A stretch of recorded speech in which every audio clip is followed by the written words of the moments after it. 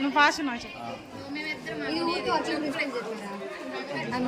అంటే లోపల ఆడియోతో అన్ని కనెక్ట్ అయి ఉంటాయి. బ్యాటరీ, మోటార్, L2987 ఒక మోటార్ మాడ్యూల్, దానికి మోటార్ మాడ్యూల్కి రెండు పంప్ మోటార్స్ కనెక్ట్ అయి ఉంటాయి. అక్కడ నుంచి ఈ జంపర్ వైర్స్తో ఈ ఎల్సీడీ రీడర్ రెండు కనెక్ట్ అయి ఉంటాయి. ఈ ఎల్సీడీ వచ్చేసి వెల్కమ్ స్కాన్ కార్డు. ఇక్కడ పడ్డప్పుడు ఇక్కడ ఇది రీడర్,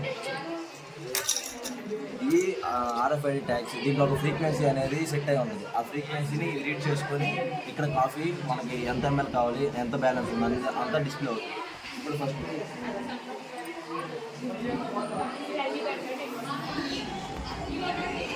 స్కాన్ చేసుకుంది కార్డు. మనం స్కాన్ చేసుకుంటే కాఫీ అనేది డిస్పెన్స్ అవుతుంది కప్లోకి. ఈ తర్వాత రిమైనింగ్ బ్యాలెన్స్ అనేది 630 ఉంది. అంటే 70 రూపీస్ మన కాస్ట్ చూపిస్తుంది. 630 ఇక్కడ ఏం కాఫీ కూడా పడుతుంది అక్క. ఏం తీసుకుంటాం డిటెక్ట్ అయిన తర్వాత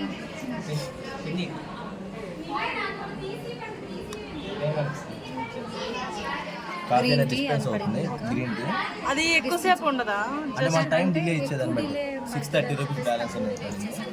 ఈసారి టీ పెట్టుకున్నాము, మనకి టీ అనుకుంటే